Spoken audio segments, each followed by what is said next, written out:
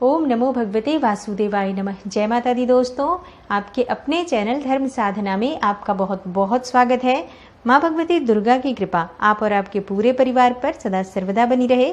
दोस्तों, सनातन धर्म में एकादशी तिथि का बहुत महत्वपूर्ण स्थान है। एकादशी के दिन व्रत धारण करके और भगवान श्री हरि विष्णु की पूजा आराधना करने से समस्त प्रकार के पापों से मुक्ति मिल जाती है। समस्त प्रकार के सुखों का भोग भोग कर अंत समय में मानव को वैकुंठ धाम की प्राप्ति होती है। तो बहुत महत्वपूर्ण होता है एकादशी का व्रत। और आज की वीडियो में मैं आपसे बात करने वाली हूँ भाद्रपद मास की शुक्ल पक्ष की एकादशी कब है, तिथि कब प्रारंभ होगी, कब समाप्त होगी और किस प्रकार से आज के दिन हमें भगवान श्री हरि विष्णु की पूजा आराधना करनी चाहिए। एकादशी व्रत के नियम क्या है, इस व्रत का क्या महत्व होता है, ये सभी बातें मैं आज आपसे इस वीडियो में शेयर करने वाली हूँ। इसके अलावा एकादशी के दिन हम किस प्रकार से भगवान श्री हरि विष्णु को प्रसन्न करें, कौन सा ऐसा विशेष उपाय करें जिससे कि हमारे मन की समस्त कामनाएं पूर्ण हो, एकादशी व्रत का संपूर्ण लाभ हमें प्राप्त हो, संपूर्ण फल हमें प्राप्त हो, इसके लिए आज हमें क्या करना चाहिए, ये सभी बातें मैं आज आपसे इस वीडियो में शेयर करने वाली हूँ। तो वीडियो को पूरा ज़रूर देखिए और अगर आपको आज की वीडियो अच्छी लगे तो लाइक कीजिए, शेयर कीजिए फैमिली फ्रेंड्स के साथ।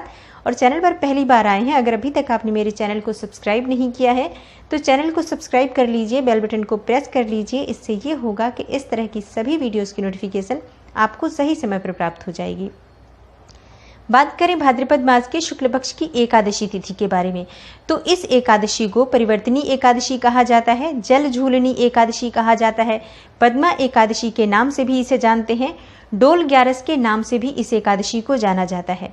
परिवर्तनी एकादशी जो कि भाद्रपद मास के शुक्ल पक्ष में आती है, ऐसी धार्मिक मान्यता है कि इस तिथि पर भगवान श्री हरि विष्णु जो कि चातुर्मास के शयन के दौरान है, तो चातुर्मास के शयन के दौरान अपने करवट बदलते हैं, यानी कि स्थान परिवर्तन करते हैं।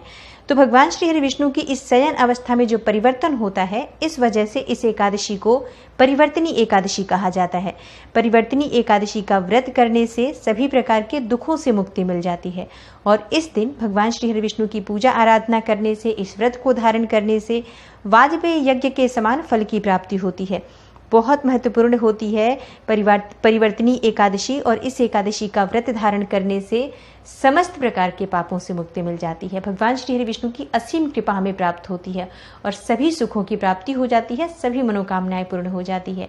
माँ लक्ष्मी की कृपा पाने के लिए परिवर्तनी एकादशी बहुत ही श्रेष्ठ एकादशी मानी जाती है। दोस्तों, बात करें कि अगर आप परिवर्तनी एकादशी करना चाहते हैं तो किस प्रकार से व्रत के नियम है और कौन सी पूजा विधि होनी चाहिए। जैसे कि हम एकादशी का व्रत धारण करते हैं, तो जो लोग प्रति एकादशी व्रत धारण कर रहे हैं उन्हें इन सभी नियमों के बारे में पता होता है। जो लोग नहीं जानते हैं उनके लिए बता दूं, एकादशी का व्रत दशमी तिथि से ही प्रारंभ हो जाता है। जैसे कि दशमी तिथि के दिन से ही एकादशी व्रत के नियम प्रारंभ हो जाते हैं। नियम क्या होते हैं?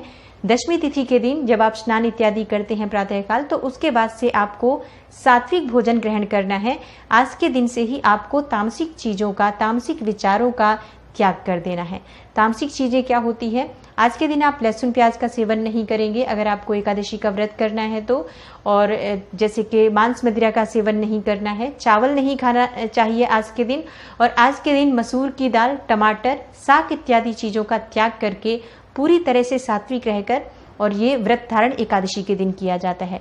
दशमी तिथि के दिन शाम को सूर्यास्त के बाद आपको अन्न ग्रहण नहीं करना है, तो आप शाम को सूर्यास्त होने से पहले ही जो भी आपको भोजन करना है वो कर लीजिए। इसके बाद अगर रात को आपको भूख लगे दशमी तिथि के दिन, तो आप फलाहार इत्यादि कर सकते हैं, जैसे फल, जूस, दूध इत्यादि ले सकते हैं। और दशमी तिथि के दिन शास्त्रों में भूमि शयन का विधान है, जैसे कि जमीन पर सोना चाहिए। लेकिन अगर ऐसा संभव ना हो तो आप बेड पर ही सो सकते हैं, लेकिन अपने बेड की शुद्धता का ध्यान रखें। इसके अलावा दशमी तिथि के दिन से ही ब्रह्मचर्य का पूर्ण रूप से पालन करना है। तो अगर आपको एकादशी का व्रत करना होता है तो दशमी तिथि के दिन से ही इन नियमों का पालन करना चाहिए। एकादशी के दिन प्रातःकाल जल्दी उठें।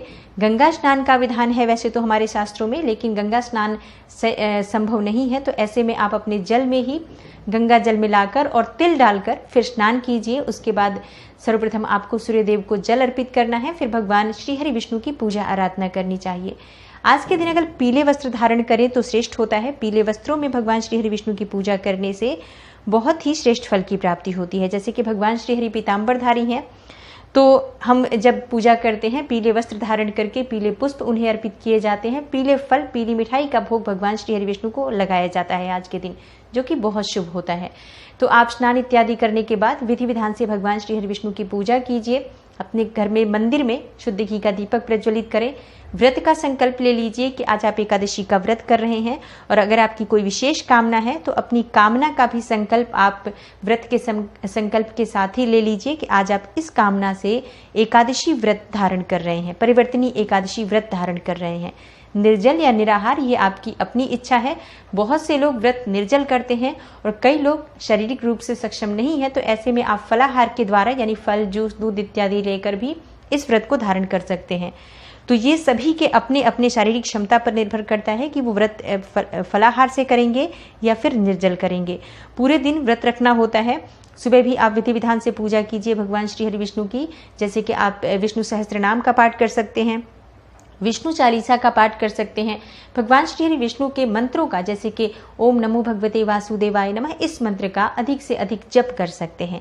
तो इस प्रकार से आप सुबह पूजा करें, पूरे दिन भगवान श्री हरि विष्णु के चरणों में आपका ध्यान लगा रहे, उनके मंत्र का जाप पूरे समय आप करते रहें, इस बात का ध्यान रखिए। शाम के समय फिर से भगवान श्री हरि विष्णु की पूजा की जाती है, तो संध्या काल में अपने घर के ईशान कोण में जहाँ भगवान श्री हरि विष्णु की मूर्ति या प्रतिमा आपने स्थापित की है, शुद्ध घी का दीपक प्रज्वलित करें और भगवान श्री हरि विष्णु की विधिवत पूजा आराधना कीजिए। धूप, दीप, नैवेद्य, पुष्प इत्यादि अर्पित करें। पीले फल, पीली मिठाई का भोग अर्पित करें। खीर बनाकर भगवान श्री हरि विष्णु को आज आप भोग स्वरूप अर्पित कर सकते हैं, या फिर आप सफेद मिठाई का भी भोग अर्पित कर सकते हैं। भोग में आपकी शक्ति अपने सामर्थ्य के अनुसार फलों का भोग भी लगा सकते हैं। केले का भोग आज भगवान को जरूर लगाना चाहिए, और 5 प्रकार के फल भी आप चाहें तो अर्पित कर सकते हैं। इस तरह से हमें शाम को पूजा करनी है। आप चाहें तो श्रीमद् भगवद गीता का पाठ कर सकते हैं। एकादशी की रात्रि में जागरण का विधान है। शास्त्र कहते हैं एकादशी की रात्रि में अगर अखंड दीपक जलाकर और जागरण किया जाए, भगवान श्री हरि विष्णु के नाम का, मंत्र का स्मरण, भजन, कीर्तन किया जाए, तो इससे एकादशी व्रत का संपूर्ण फल तो हमें प्राप्त होता ही है। इसके अलावा हमारे मन की चाहे कोई भी कामना हो, वो भगवान श्री हरि विष्णु अवश्य पूर्ण करते हैं। तो जितना भी समय आपसे संभव हो, जागकर और भगवान श्री हरि विष्णु की पूजा आराधना कीजिए। जैसे पूरे समय नहीं जाग सकते हैं तो भी आप रात्रि में 12 बजे तक या 1 बजे तक आप जागिए, जितना भी जागा जाए। उसके बाद भगवान श्री हरि विष्णु की पूजा आराधना करके फिर आप शयन करें। प्रातःकाल फिर जल्दी उठना होता है, ब्रह्म मुहूर्त में ही उठ जाएं। द्वादशी तिथि पर आपको पारण करना है, और उसके बाद स्नान इत्यादि करके भगवान श्री हरि विष्णु की पूजा कीजिए। सूर्यदेव को जल अर्पित कीजिए और शुभ मुहूर्त में पारण करना चाहिए। अपने पारण करने से पहले हमें किसी ज़रूरतमंद ब्राह्मण को अपने घर बुलाकर भोजन कराना चाहिए। लेकिन अगर घर पे भोजन कराना संभव ना हो ब्राह्मण को बुलाकर, तो आप दान की सामग्री भी निकाल सकते हैं। जैसे कि आप कच्ची सामग्री दान की निकाल दीजिए, आटा और दाल, सब्जियां, फल इत्यादि, वस्त्र, जो भी आप दान करना चाहते हैं, धन के साथ, मतलब दक्षिणा के कुछ पैसों के साथ ही आपको दान की सामग्री निकालनी है। उसके बाद आप शुभ मुहूर्त में पारण कर लीजिए। और दोस्तों, परिवर्तनी एकादशी पर भगवान श्री हरि विष्णु के वामन अवतार और माँ लक्ष्मी की पूजा आराधना की जाती है। तो ये जो तिथि होती है एकादशी की, परिवर्तनी एकादशी की, माँ लक्ष्मी की कृपा पाने के लिए सर्वश्रेष्ठ तिथि मानी जाती है। अब जान लेते हैं कि तिथि कब प्रारंभ होगी, कब समाप्त होगी और व्रत हमें कब धारण करना है। देखिए, एकादशी तिथि प्रारंभ हो जा रही है 16 सितंबर को 9:39 पर प्रातःकाल में, और समाप्त हो रही है 17 सितंबर को सुबह 8:08 पर। तो व्रत हमें, क्योंकि सूर्योदयकालीन तिथि जो प्राप्त हो रही है 17 सितंबर को प्राप्त हो रही है, इसलिए व्रत हमें 17 सितंबर को धारण करना है, शुक्रवार के दिन। और इसके अलावा पारण का जो समय है, बहुत थोड़ा समय इस बार पारण के लिए मिल रहा है। तो मैं सबसे पहले आपको बता दूं द्वादशी तिथि कब प्रारंभ हो रही है, कब समाप्त हो रही है। द्वादशी तिथि इस बार प्रारंभ हो जाएगी प्रातःकाल 8:08 पर 17 सितंबर को, जब एकादशी समाप्त होती है। तो उसके बाद द्वादशी 8:08 पर शुरू हो जाएगी और समाप्त हो जाएगी 18 सितंबर को सुबह 6:54 पर। तो पारण का जो एकादशी का नियम होता है कि पारण हमें द्वादशी तिथि के समाप्त होने से पहले ही करना चाहिए। त्रयोदशी तिथि में एकादशी व्रत का पारण नहीं किया जाता है। तो पारण हमें प्रातःकाल 6:54 से पहले ही कर लेना है, 18 सितंबर यानी शनिवार के दिन। तो सूर्योदयकालीन जो समय है 18 सितंबर को, वो मैं आपको बता दूं, सूर्योदय प्रातः हो रहा है 6:17 पर। तो पारण हमें करना है शुभ मुहूर्त में ही, यानी कि 6:54 से पहले, 6:17 से लेकर 6:54 तक बहुत थोड़ा सा समय है, इसी बीच में हमें पारण कर लेना है। तो इससे पहले आप प्रातःकाल बहुत जल्दी जगकर और फिर शुद्ध सात्विक भोजन बनाकर आपको इसी शुभ मुहूर्त के अंदर पारण कर लेना चाहिए, क्योंकि 6:54 के बाद त्रयोदशी तिथि प्रारंभ हो जाएगी और त्रयोदशी तिथि में एकादशी व्रत का पारण करना शुभ नहीं माना गया है। दोस्तों, जैसा कि मैंने अभी बताया आपको कि आज का दिन माँ लक्ष्मी की कृपा पाने के लिए सर्वश्रेष्ठ दिन माना जाता है। तो आज हम किस प्रकार से पूजा आराधना करें, कौन सा विशेष उपाय करें जिससे कि माँ लक्ष्मी स्थायी रूप से हमारे घर में विराजमान हो जाए, गरुड़ वाहिनी लक्ष्मी का हमारे घर में वास हो, इसके लिए आज हमें क्या करना चाहिए।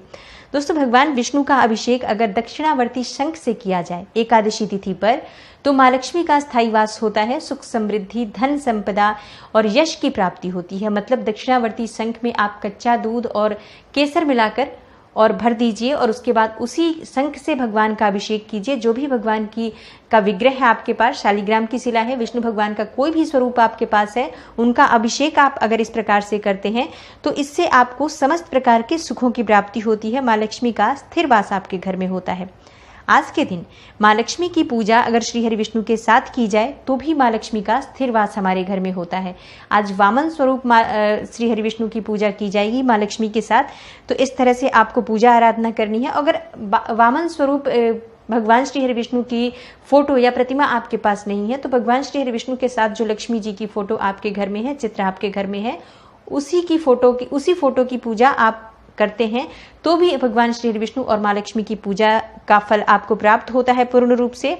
और वामन स्वरूप का ध्यान आप अपने मन में रखिए, इस प्रकार से भी हम पूजा कर सकते हैं। अगला जो उपाय आपको करना है, तुलसी में दीपदान, जो कि मैं हर एकादशी पर आपको बताती हूँ। आज के दिन ऐसा कहा जाता है कि जल नहीं अर्पित करना चाहिए क्योंकि माँ तुलसी का निर्जल व्रत होता है, लेकिन शाम के समय दीपदान जरूर करना चाहिए। तो जब आप शाम को दीपदान करते हैं माँ तुलसी को तो आप उस दिए में हरी इलायची, 2 हरी इलायची डाल दीजिए। इससे माँ लक्ष्मी का स्थायी वास आपके घर में होता है। पीपल में जल आपको जरूर देना है। आज पीपल में जल देने से भगवान श्री हरि विष्णु का स्थायी वास आपके घर में होगा तो माँ लक्ष्मी आपके घर में स्वतः ही विराजित हो जाती हैं। इसके अलावा आज पीपल में जल देने से पितरों की भी कृपा मिल जाती है और समस्त प्रकार की कामनाएं पूर्ण हो जाती हैं। अगला जो उपाय है जो आपको आज जरूर कर लेना चाहिए, वैसे भी महालक्ष्मी के व्रत चल रहे हैं, इस एकादशी पर अगर आप श्री सूक्त के 16 पाठ करते हैं श्री हरि विष्णु और माँ लक्ष्मी के सामने शुद्ध घी का दीपक जलाकर और उस दीपक पे आप थोड़ा सा केसर डाल दीजिए। केसर ना हो तो आप हरी इलायची भी डाल सकते हैं। और इस प्रकार से अगर उस दीपक के सामने बैठकर आप श्री सूक्त के 16 पाठ कर लेते हैं तो इससे माँ लक्ष्मी की असीम कृपा आपको प्राप्त होती है, स्थिर लक्ष्मी का वास होता है। तो आज के दिन आप इन उपायों को जरूर करें। एकादशी तिथि बहुत श्रेष्ठ तिथि मानी जाती है। आज के दिन की गई पूजा, प्रार्थना, आराधना श्री हरि विष्णु बहुत शीघ्र स्वीकार करते हैं और हमारे मन की जो इच्छाएं होती हैं समस्त इच्छाएं पूर्ण होती हैं। दोस्तों, आशा करती हूँ भाद्रपद मास के शुक्ल पक्ष की परिवर्तनी एकादशी से संबंधित ये बहुत महत्वपूर्ण जानकारी आपके लिए अवश्य उपयोगी सिद्ध होगी। और अगर आपको आज की वीडियो अच्छी लगी हो तो लाइक ज़रूर कीजिए, शेयर कीजिए फैमिली फ्रेंड्स के साथ। चैनल पर पहली बार आए हैं, अगर अभी तक आपने मेरे चैनल को सब्सक्राइब नहीं किया है तो चैनल को सब्सक्राइब कर लीजिए, बेल बटन को प्रेस कर लीजिए। इससे ये होगा कि इस तरह की सभी वीडियोस की नोटिफिकेशन आपको सही समय पर प्राप्त हो जाएगी। मैं मिलती हूँ आपसे अगली वीडियो में, तब तक के लिए नमस्कार।